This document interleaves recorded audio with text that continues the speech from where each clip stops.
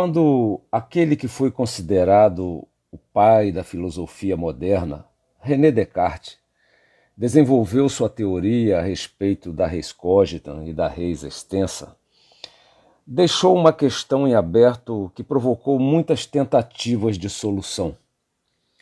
É que Descartes havia se tornado um cético, havia levado sua dúvida à radicalidade, às profundezas, mas buscava algo de que pudesse ter certeza.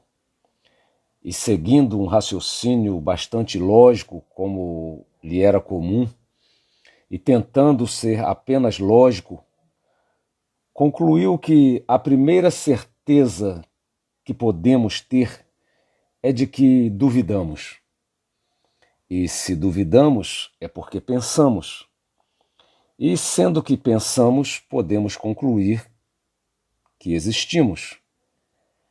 Porém, como nossa certeza da existência vem da certeza de que pensamos, só podemos a princípio concluir que somos seres pensantes, o que em latim se diz res cogitam, ser pensante. Para concluir sobre a existência da realidade física, ele ainda percorre um longo caminho, e essa realidade material é conhecida como res extensa. A existência de uma realidade pensante, não física, e de outra que é material, física, não é a questão, não é o problema. O que Descartes deixou sem explicação foi como cada uma dessas realidades de naturezas tão diferentes pode agir sobre a outra. Como um pensamento pode mover um corpo físico, no caso, nosso próprio corpo? Como podemos mover nossas mãos, nossos pés, nossos olhos, volver nossa cabeça para um ou para outro lado? Como essa realidade imaterial que é o pensamento pode provocar alterações num corpo físico?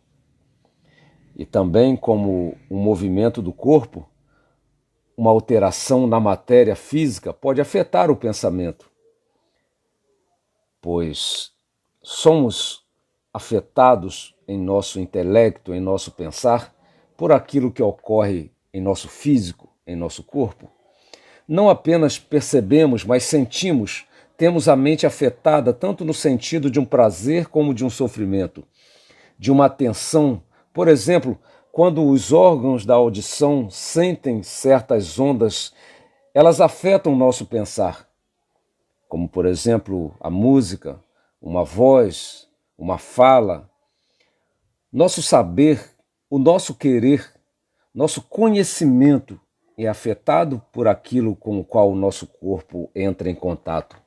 Então, o nosso pensamento é afetado pelo nosso corpo. Esses sons físicos são influenciadores do pensamento, como as luzes que entram em nossos olhos influenciam o nosso pensamento. E assim, em cada sentido. Dessa forma, podemos falar do olfato, podemos falar do paladar, do tato, de toda a sensibilidade.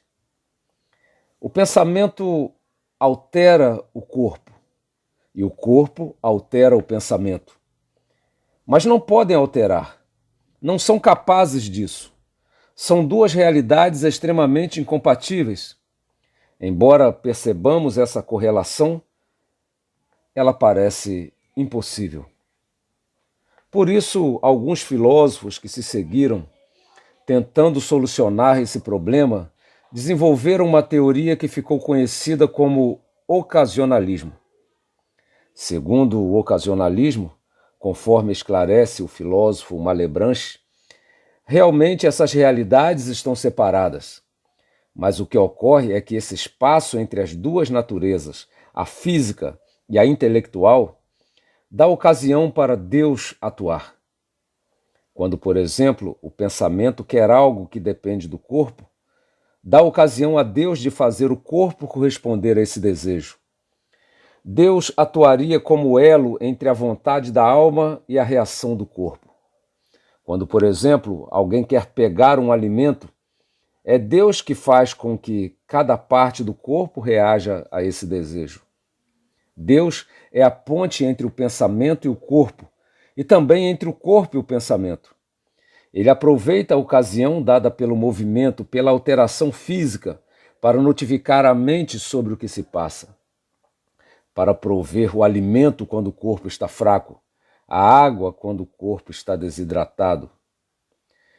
Esses filósofos ocasionalistas diziam que Deus faz com que mente e corpo se alinhem como relógios sincronizados. Esse espaço entre as duas realidades dá ocasião a Deus de exercer esse trabalho que nos faz humanos. E a sincronia é tão perfeita que nos faz pensar que é uma coisa que atua sobre a outra, enquanto seria Deus esse mediador.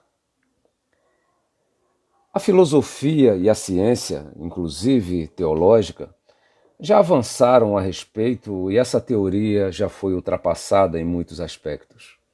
Desde Leibniz, Spinoza e os seguintes, mas eu gostaria justamente de aproveitar a ocasião que ela disponibiliza para falar sobre outros tipos de ocasionalismos, de aproveitamento dos espaços deixados entre realidades diferentes, realidades que não conversam entre si.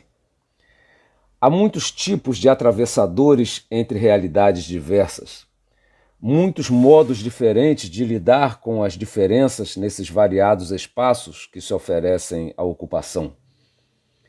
E diferentemente de relógios perfeitamente sincronizados, o que ocorre em muitos casos é que aproveitadores transformam ocasionalismos em oportunismos, num fingimento de proverem harmonia, de quererem o bem de ambas as partes, enquanto, na verdade, estão pensando em si e se aproveitando do fato de que uma realidade não dialoga diretamente com a outra, um grupo não se entende com o outro e o mediador nem sempre traduz de modo correto o que cada parte deseja.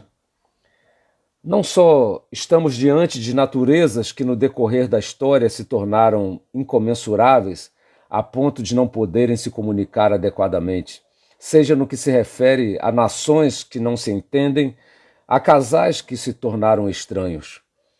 Mas ainda precisamos levar em conta que existem aqueles que provocam dissensões para terem ocasião de penetrar o espaço da fenda causada. Isso também pode se dar no campo diplomático internacional, como no dos relacionamentos interpessoais. Cada parte, embora necessite de mediadores que ocupem o espaço entre eles e transforme desentendimentos em entendimentos, como tradutores das intenções e das necessidades, precisa desconfiar dessas traduções. Que ser seria esse com natureza híbrida, capaz de entender e de dizer realidades tão diversas e de um modo tão coerente? Quem seriam esses moradores das fronteiras que não pertencem a nenhum dos lados e ao mesmo tempo aos dois de modo isento, neutro? Seria possível isso? Às vezes, o problema nem estará na natureza oposta, mas no mediador infiel. Como se não bastasse a dificuldade de sincronizar os relógios, mais difícil será confiar em quem manipula os relógios. Diferentes de Deus, que ajusta com perfeição, nenhuma das partes é perfeita e por isso faz sofrer a outra. Como a mente insensata faz o corpo sofrer, o corpo lânguido faz a mente sucumbir, e se entre eles se infiltra uma doença psicossomática oportunista, só ela se desenvolverá, enquanto a mente e o corpo definham, suprindo ainda em seu fim naquilo que podem os caprichos da doença. No campo social, semelhantemente, são os oportunistas que, em regra, se aproveitam da fraqueza alheia. Lembro aqui de uma fábula de uma serpente que assustava certa aldeia. Diz essa história que a serpente era muito grande, muito forte, extremamente venenosa, e todos tinham medo dela. As pessoas saíam da aldeia preocupadas, porque a serpente poderia estar em qualquer lugar. Mas um dia, depois de tanto tempo temendo a serpente, depois de tanto tempo sofrendo pela sua presença que rondava não só a aldeia, mas suas mentes, eles resolvem procurar um sábio para perguntar o que deveriam fazer. Então, aquele sábio, ouvindo a respeito da preocupação, uma preocupação pertinente, resolve ir conversar com a serpente. Lá, ele explica para a serpente o quanto ela era temida, o quanto ela assustava desde crianças até aos mais valentes dos homens, explicando o quanto ela podia ser fatal, o quanto ela podia atrapalhar a vida daquele povo. A serpente, comovida, resolve mudar de atitude. Resolve que não mais irá se colocar amedrontando aquelas pessoas. Ela agora se torna uma serpente tranquila, se torna uma serpente pacífica, e não só ela não ataca mais, como ela também não reage a ataques. Então, aqueles aldeões, depois de perceberem que a serpente não reagia, eles começaram a se sentir muito à vontade e agora zombavam da serpente. Agora eles chutavam a serpente, jogavam coisas nela, riam dela. E depois de muitos dias passando por situação assim, a serpente procura o sábio e diz: olha o que aconteceu comigo. E conta ao sábio agora a sua nova realidade. Então o sábio se volta para ela e diz assim: eu disse para você que você não deveria mais atacar as pessoas. Mas eu não disse para você que você estava impedida de sibilar, ou seja, de chiar, de balançar o chocalho, de ameaçar. Mas caberia aqui perguntar: será suficiente sibilar, balançar o chocalho, armar o bote?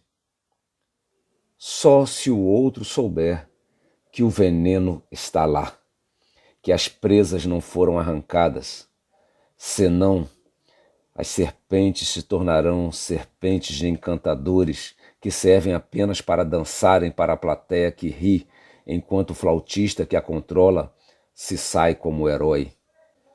Ah, se a Ucrânia não houvesse se desarmado, se a mulher não houvesse abandonado o emprego para ser do lar, se o rapaz não tivesse abandonado seu sonho para ser empregado na família da noiva. É preciso aprender que só Deus é ocasionalista no sentido da perfeição. Cuidado com os mediadores, cuidado com os conselhos que recebe, cuidado com as pontes quebradas, as interfaces defeituosas, cuidado com aqueles que se dizem estarem entre você e o outro para torná-los amigos. Mas mais cuidado ainda com o que você entrega.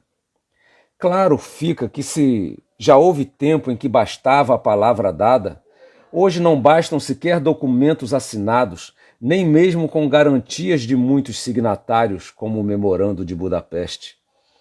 Aquele que quer harmonia, comece sendo o melhor que pode, o mais forte, o mais inteligente, o mais capaz possível.